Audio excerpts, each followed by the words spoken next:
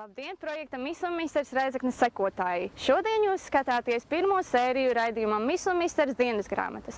Ar jums ir Miss Rēzekne 2012 Santa Seržante. Šobrīd mēs atrodamies Latgales sirdī Rēzeknē pie Austrumlatvijas radošo pakalpojumu centra Zeimuļs, kur mūsu dalībniekiem notiek daudz un dažādas aktivitātes, bet tieši šobrīd viņi apmeklē vokālo mēģinājumu pie pasniedzējas Jeļenas Matules. Tad iesim skatīties, kā viņiem veicās.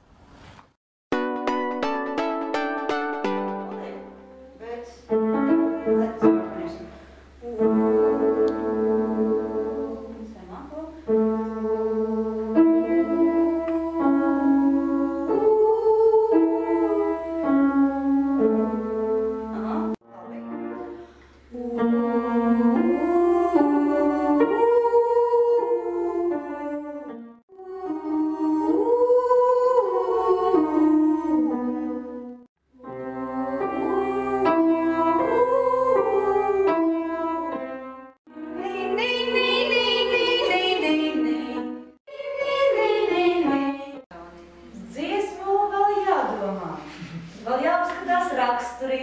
Diapazons visām ir ļoti labs. Tiešām meitenes malaces. Te ir pāris soprāni. Ļoti augsti dzied. Arī ļoti smuki vidi.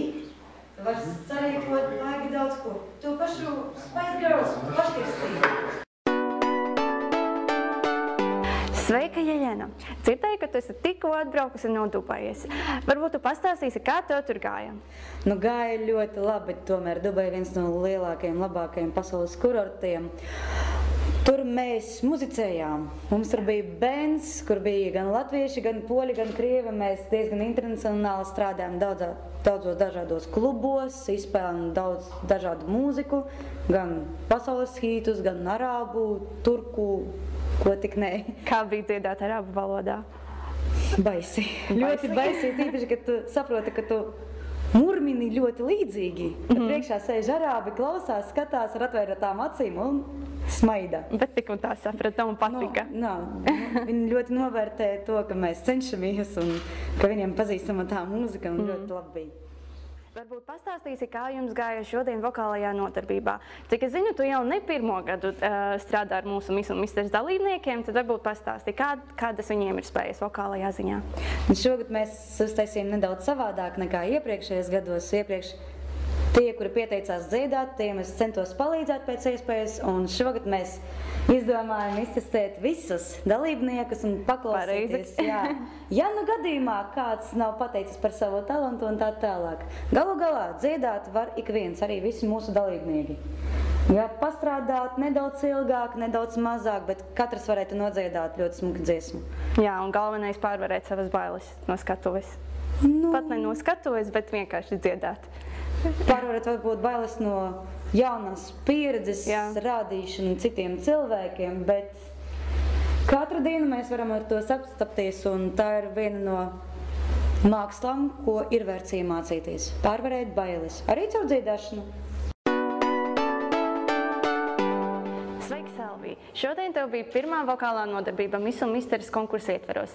Kā tev patika? Bija ļoti interesanti vingrinājumi un zinoša pasniedzēja. Vai tā ir tava pirmā vokālā pieredze? Jā. Jā? Nekur neesi līdz šim dziedājis? Ne uz skatuves, ne mājās dušā? Nē. Nē? Tad varbūt tu vari pačukstēt mazliet, ko tu plāno rādīt talanta priekšnesumā finālā? Vēl pašlaik domāju, bet iespējams kaut kas saistīts ar sportu. Tad ar nepacietību gaidām. Šobrīd ar mums ir viena no Miss un Misters finālistēm Zane Novika. Varbūt pastāsti, kāda ir tava muzikālā pieredze? Iepriekš esmu dziedājusi skolas korī, kā arī ansamblī un interešu centrā. Cik mēs zinām, tad tu esi viena no jaunākajām dalībniecēm šogad. Vai tu izjūti kaut kādus ierobežojumus, kaut kas, ar ko tu atšķirtos no pārējiem dalībniekiem tavā vecuma dēļ? Nu, varbūt iespējams tas, ka man nav tiesības nevar pārvietoties ar mašīnu, bet tā, principā, tādu ļoti ierobežojumu nebūtu. Tas pārvietošanās ar mašīnu tā kā traucē, jums ir kaut kādi daudz izbraucieni? Nē, bet ļoti bieži ir treniņi un mums nāks tāds sportiņš no mājām līdz noteiktai vietai. Bet tas jau tieši labi. Tas gan jā. Paldies, Zanei. Šobrīd mēs atrodamies pie restorāna Marijas kafija, kur mūsu dalībniekiem notiek galda etiķetes apmācība. Tad nu iesim paskatīties, kādas vērtīgas zināšanas viņi ir iegūši.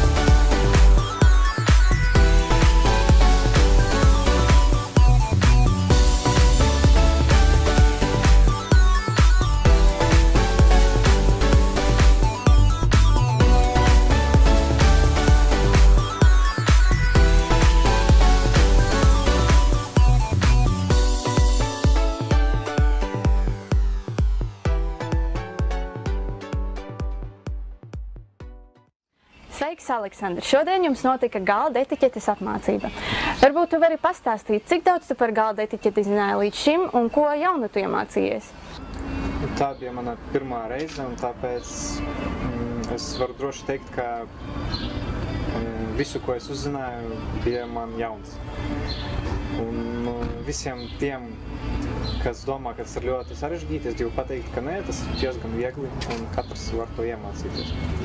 Ilze, pastāsti varbūt, kādi ir tavi mīļākie ēdieni? Ikdienā es cenšos ēst veselīgi, bet neslēpšu, ka man garšo šokolāde. Cik bieži tu apmeklē kādus restorānus vai arī tu dod priekšroku gatavot mājās?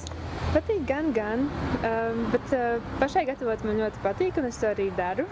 Kas tev vislabāk padodas? Droši vien brokastu ēdienu. Brokastu ēdienu. Jā, pareizi. Brokastis vienmēr ir jāietur mājās.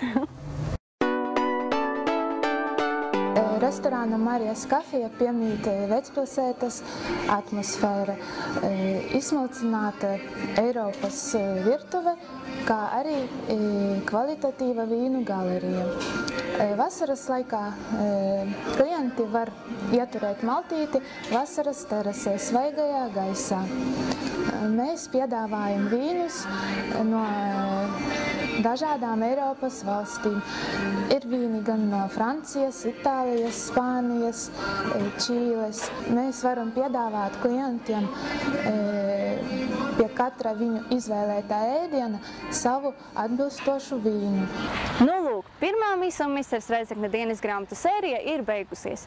Lielas paldies Austrumlatvijas radošo pakalpojumu centram Zeimuļs, restorānam Marijas kafija, kā arī vokālajai pasniedzējai Jeļenai Matulei. Gaidām nākamo sēriju!